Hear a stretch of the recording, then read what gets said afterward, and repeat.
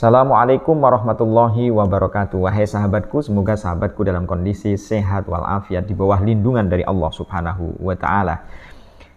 Video ini saya rekam untuk menanggapi terhadap apa yang telah saya unggah tentang kasus Pondok Modern Gontor.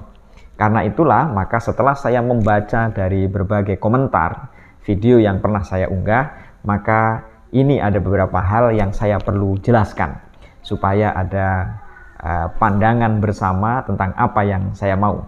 Yang pertama adalah bahwa yang salah itu harus dihukum, bahwa yang salah itu harus diberi pelajaran, bahwa yang salah itu harus mendapatkan proses yang semestinya, karena kesalahan bagaimanapun dia adalah sebagai sesuatu yang salah dilakukan oleh siapapun gitu. Karena yang salah, kalau misalnya dibiarkan, maka itu akan menular.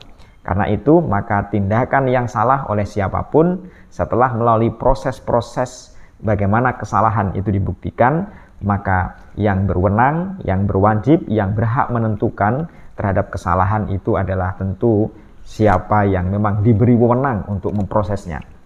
Kalau misalnya kepolisian, berarti kepolisianlah yang berwenang untuk memutuskan terhadap persoalan itu. Berarti bahwa yang salah pada prinsipnya harus dihukum. Itu penjelasan ini supaya tidak ada kesalahan berpikir. Karena banyak di antara kita itu yang seringkali mengalami kesalahan berpikir.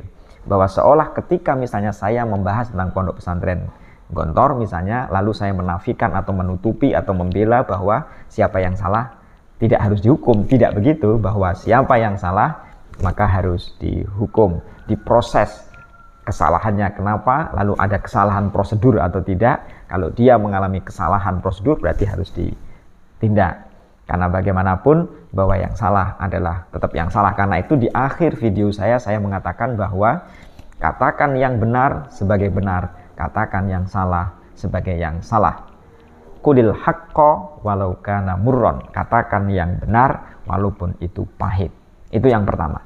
Yang kedua adalah banyak di antara kita itu yang mengeneralisir masalah, tidak menempatkan yang partikular, tidak menempatkan yang parsial pada posisi yang parsial, tapi mereka mengeneralisasikan masalah. Sehingga yang terjadi kemudian adalah ketika misalnya ada kasus spesifik, misalnya ada kasus partikular di sebuah lembaga, termasuk di Pondok Modern Gontor misalnya, lalu orang menyalahkan secara keseluruhan terhadap Gontor itu.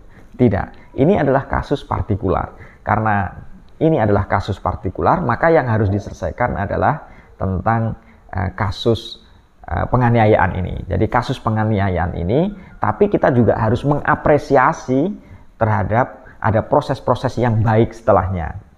Saya ingin mengatakan demikian. Kalau misalnya suatu saat kita naik pesawat, lalu pesawatnya itu jatuh, ketika pesawatnya itu jatuh, lalu kita beranggapan begini, kita tidak usah naik pesawat, karena naik pesawat nanti akan menyebabkan kita jatuh. Tidak begitu. Itu berarti kita menempatkan mana posisi yang seharusnya kita kritik, tapi kita juga tidak boleh untuk mengeneralisir terhadap masalah ini. Pandangan yang keliru lagi adalah di antara kita misalnya mengatakan begini, jangan mondok, karena kalau mondok nanti akan terjadi kekerasan, akan terjadi kekerasan seksual, akan terjadi kekerasan fisik dan lain sebagainya, karena itu jangan mondok. Misalnya begitu. Itu adalah sebuah kesalahan berpikir. Kasus dan kasus harus diselesaikan, tapi tidak boleh untuk mengeneralisir terhadap masalah. Karena ketika mengeneralisir terhadap masalah, berarti kita telah mengalami kesalahan berpikir namanya. Bahwa kalau misalnya ada satu kasus, maka satu kasus itu harus diselesaikan, tapi yang lain tentang kebaikan dan yang lain sebagainya tidak harus dihilangkan. Karena kita ini kan manusia itu seringkali menjustifikasi begini, bahwa kesalahan satu melupakan terhadap kebaikan-kebaikan yang pernah dipunya. Harusnya kan kita seimbang, kita harus menempatkan mana yang baik, mana yang salah harus diperbaiki. Yang salah harus diperbaiki. Itu prinsip yang kedua. Prinsip yang ketiga adalah bahwa kita harus tetap mengawal pesantren. Aspek-aspek yang kurang bagus kita kawal. Kenapa demikian? Karena pesantren sejak awal memang lembaga yang berfungsi secara full day, setiap hari meniru perilaku kiainya, meniru perilaku sunnah Rasulullah Shallallahu Alaihi Wasallam untuk dipraktikkan. Ada jamaahnya, ngaji bersama, saling menghargai antara satu dengan yang lain.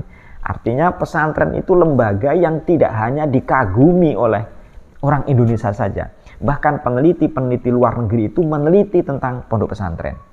Bagaimana pondok pesantren yang seperti itu tapi bisa menelurkan alumni-alumni yang hebat-hebat. Artinya pesantren harus kita kawal.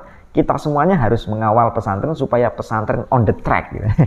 Supaya pesantren pada jalurnya gitu, yaitu menyempurnakan dan mendidik akhlak para santri dan juga mengajarkan ilmu agama yang rahmatan lil alamin. Banyak peneliti-peneliti luar negeri itu mengapresiasi terhadap keberadaan pesantren dan bahkan ingin meniru model pesantren itu yang whole day, yang keseluruhan hari penuh dengan pendidikan, penuh dengan pengajaran, penuh dengan toleransi dan lain sebagainya. Karena itulah maka kita harus kawal. Kalau misalnya ada sesuatu yang tidak baik, kita perbaiki, kita kritisi apa yang tidak baik itu.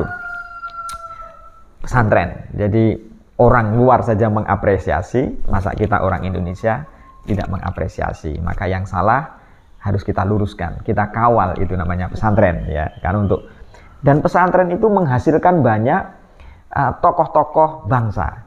Pesantren itu banyak menelurkan tokoh-tokoh perjuangan.